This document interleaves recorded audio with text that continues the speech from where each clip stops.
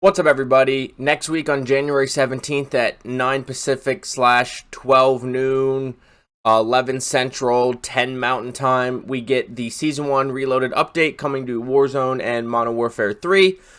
With that comes some more content and stuff as usual, which we're going to cover all the Warzone stuff. We typically don't cover Modern Warfare stuff, zombies, whatever. So we're going to run through all this. I haven't read this. I've just scrolled through it. But before I do, link will be down below if you want to check this out for yourself. Down there will also be linked to my Twitch channel. I will be live on Reloaded update day.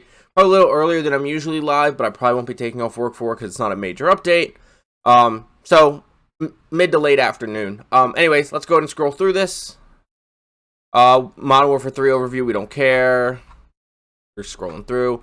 One thing that's coming, this will be in Warzone 2. The Boys LTM and Event Challenge, we're getting another Boys collaboration like we had in Modern Warfare 2. They have Temp V powers coming back. They only give I think these are only the multiplayer event challenges here, but the challenges will also be available in Warzone as well.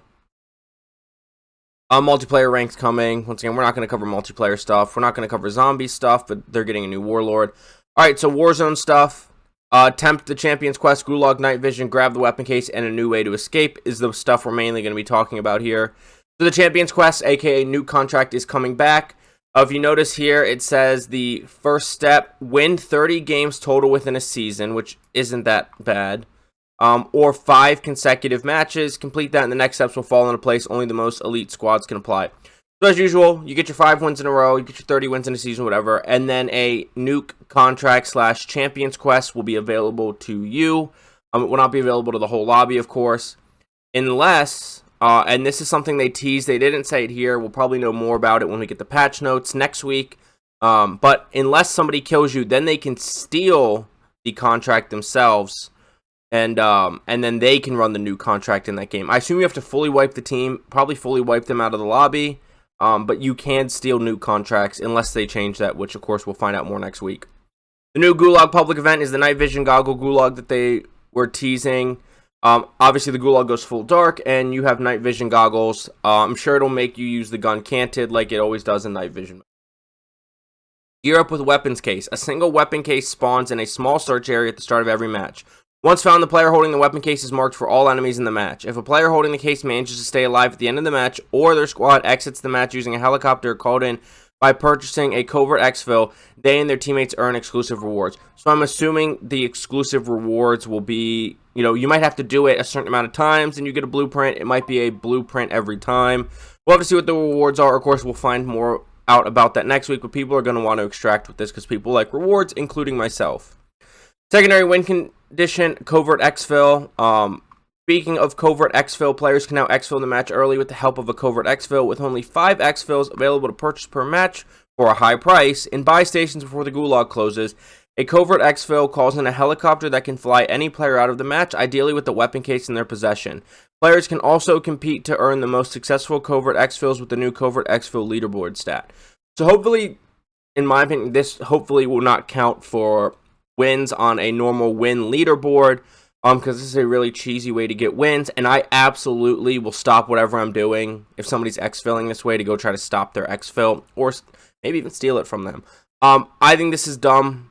I don't see the point of this in a BR. The whole point of a BR is to be the last team standing, not to leave the match early. So other than wanting to extract the weapons case, I don't get it. And I hope this exfil costs like $50,000 or something like that. I hope it's not like $15,000, $20,000. I hope it takes a lot of money and a lot of effort to really get this covert exfil, because I just think it's dumb, and I want the devs to know it's dumb when people don't really go for it very often. And then the general overview, the stuff that applies to Modern Warfare 3 and Warzone. We are getting the new HRM-9 SMG. It says a light yet stable 9mm submachine gun for close quarters combat and putting down enemies quickly.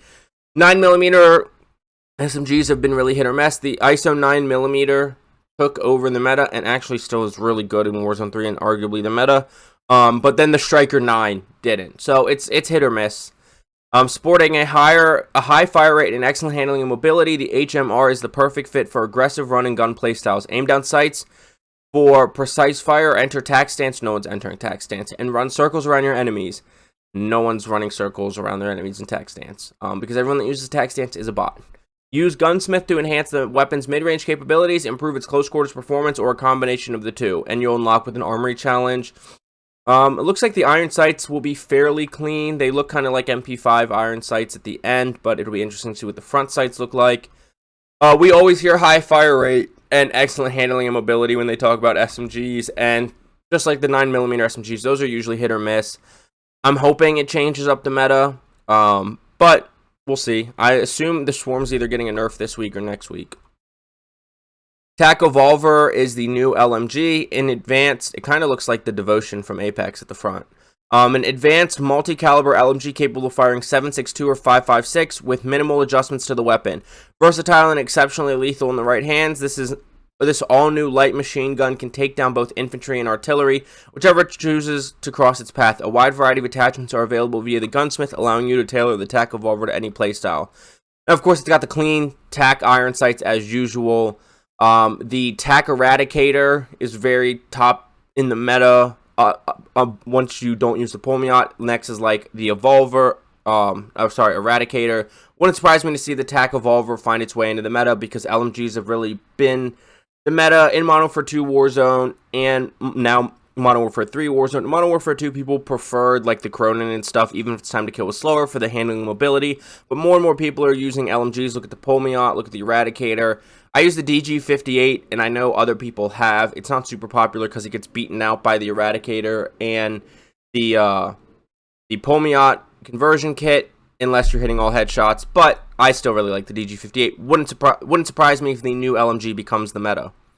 And then we have store offerings. Not a whole lot of content, kind of a small update. And then CDL stuff if you're into CDL stuff, and advertised play Modern Warfare 3. So that's it. That's the stuff we know so far for the mid-season update for Season 1 of Modern Warfare 3 and Warzone. Of course, we'll know more next week when we get the patch notes and all that.